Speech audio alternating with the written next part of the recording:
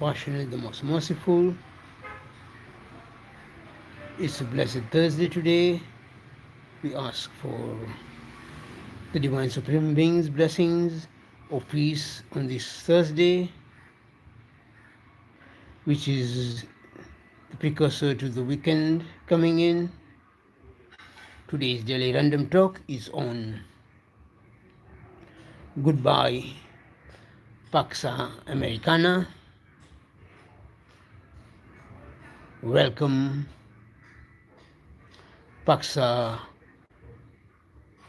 Judea or Paxa Zionista.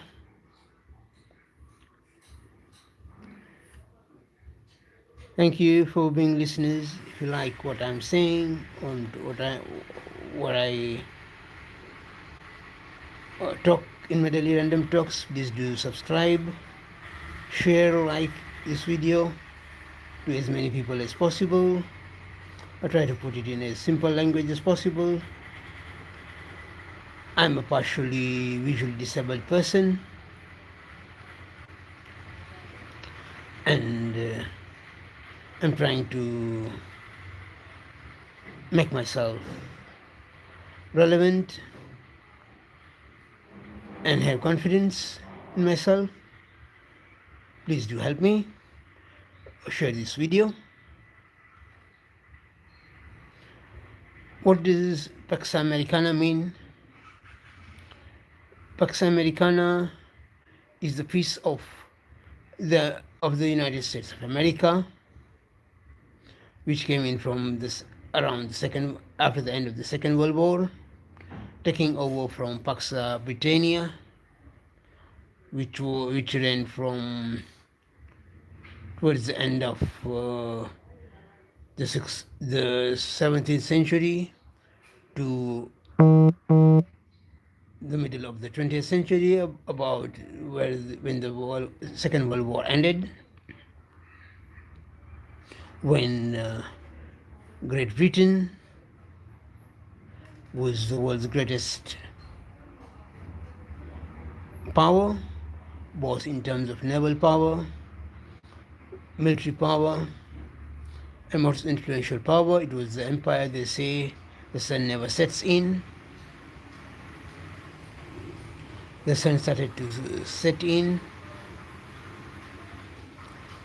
when it had to give independence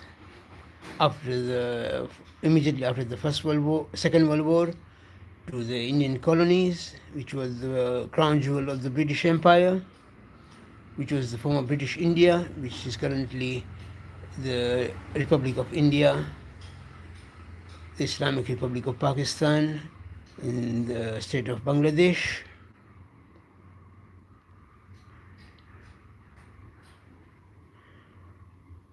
Britain was completely tired from the Second World War, spent out, financially ruined, let us put it that way,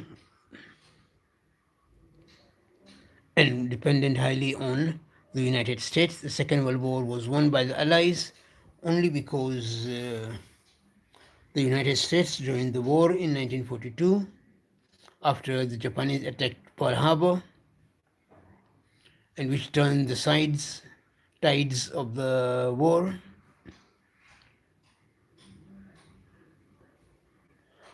And from then on, the successor to Pax Britannia was Pax Americana, when it started basically immediately after as the Second World War was ending, when the petrodollar system roots were set in, when the U.S. President Roosevelt met the Saudi King Abdulaziz Al Saud on a yacht in the Mediterranean, and they made an agreement whereby the U.S. would assist Saudi Arabia in extracting its oil wealth, exploring oil wealth. Oil had actually been found before the Second World War in Saudi Arabia, and partly they started removing it, extracting it, but now it was formalized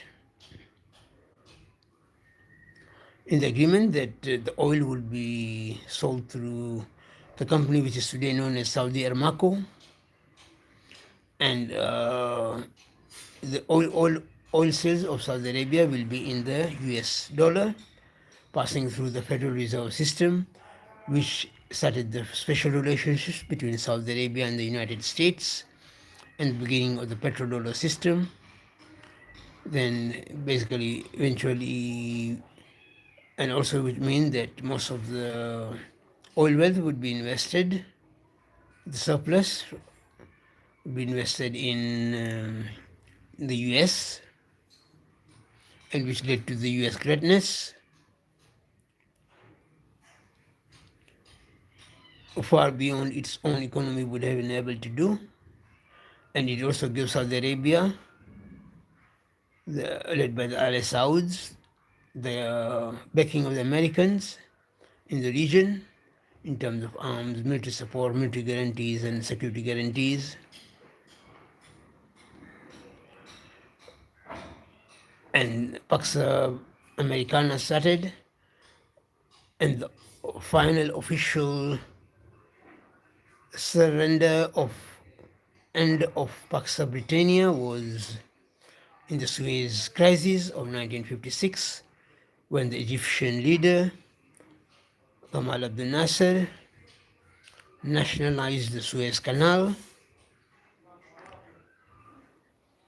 Previously, the Suez Canal was run by a company whose majority shareholder was the British government, and the minority shareholder was the French government. Originally, all three governments, the Egyptian government, the British government, and the French government, were shareholders. However, as Egypt was not able to pay its debts in the 1870s, it had to sell its shareholding in the Suez Canal Company to the United Kingdom, to Britain. So Britain and France, Britain was the highest shareholder, biggest shareholder when it was nationalized, because it was passing through Egyptian sovereignty, and they had basically nothing to do. They were not benefiting from it, so that they can charge toll charges for ships transiting the Suez Canal.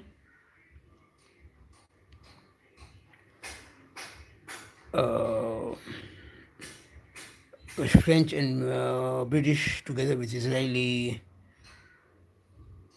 did the pretext of attacking Egypt, and Egypt went to attack Israel, and Britain and France went to secure the Suez Canal in saying they're securing their investment. However, the US President Eisenhower told the United Kingdom that the US support for the British pound will end if they do not withdraw their naval forces situated in the Suez Canal immediately. That was the time it became known to the world that Britain took dictates on orders from the United States of America. It had basically become a vassal state of the United States of America, one of the petticoat holders of the United States, because Britain and France, both of them removed their naval fleets from the Suez area, and to whatever compensation Nasser was offering them, and the Suez Canal became a nationalized institution. Here the parallel is also very similar.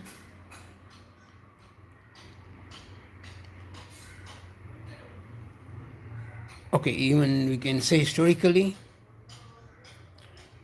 in the 17th century, in the 18th century, the United States was a colony of the United Kingdom, Great Britain, and they fought in 1776.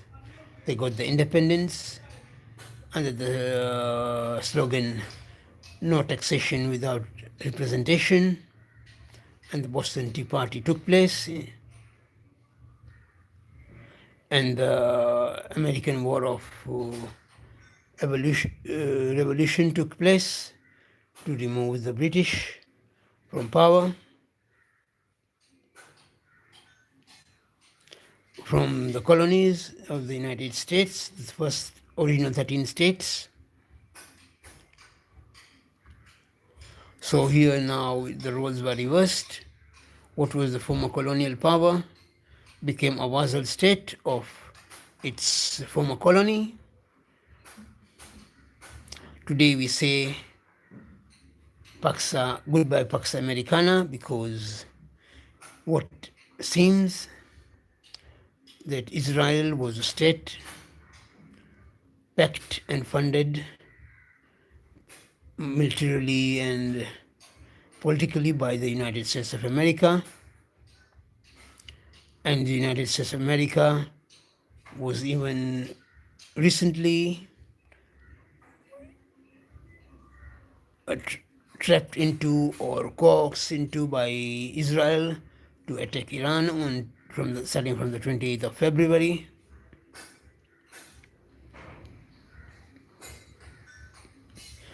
So United States is accepting the dictates and orders from the State of Israel. So we can call it the Pax Judea or the Pax Zionista, because basically the State of Israel is not for the Jewish people but the Zionist movement. So they were forced into that war, and even as the ceasefire was going on, US President Donald Trump told the Financial Times the US is in control of its foreign policy, and in the same day he had talked with Netanyahu that the peace agreement is almost to be signed. This is just a few days ago, less than 2 weeks ago, and Israel, in defiance to the United States, and it was told not to attack Hezbollah in Lebanon as the peace talks ceasefire included the Iranian proxy of Hezbollah, and Israel still went and attacked Lebanese positions in Lebanon of Hezbollah and also the Iranian positions when the ceasefire talks were going on, in defiance to its partner in the war, supposedly senior partner in the war, the United States of America.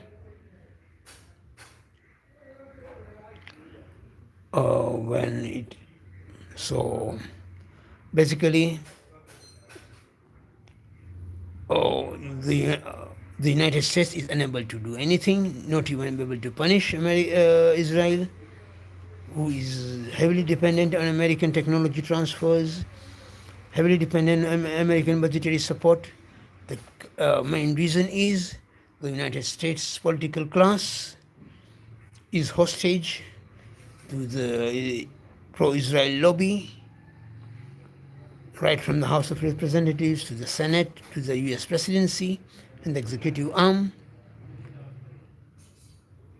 They depend on funding from the Israeli lobby to get elected, and anyone who works against it gets out of office. So basically, the American political class has been subjugated, especially the Republicans. The hawks insist on strong measures and what not,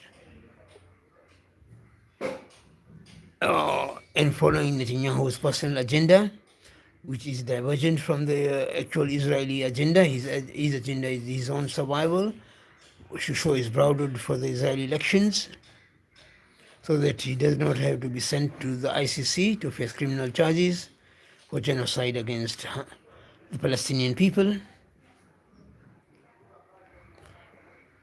So the United States, basically Pax Americana, has come to an end, as they cannot fulfill their own foreign policy. And even in America, because these representatives in Congress, House of Representatives and Senate is controlled by people who are puppets of the Israeli lobby, the Zionist agenda and the Zionist lobby. So they cannot do anything. And it has made America a hostage state, a vassal state of the Zionist agenda. Therefore, the term Paxa Zionista is the greatest power in the world, with the United Kingdom and the members of the European Union and all members of the NATO alliance are also de facto members of the, are also become vassal states of the Zionist agenda, Pax Zionista, because NATO and EU are controlled by the United States of America. They cannot do anything without United States approval, including the peace process in Ukraine, and even their own internal policies and tariffs policies in their own national economies. They cannot even do that without US approval. And the US also cannot do anything, including their own Paris tariff approvals and those things, internal law and order, and for immigration policy without Zionist approval by the Zionist agenda and the Zionist Israeli lobby, who operate in their own interests and not in American interests. So it is Paxa Zionista as this United States, United Kingdom, all the nations of the European Union and all member countries of NATO have become subservient and vassals of the Zionist agenda. It's an interesting line of thought, controversial possibly, but from the look of things, what is happening, it is something which is something plausible and very possible. Pax Americana has ended.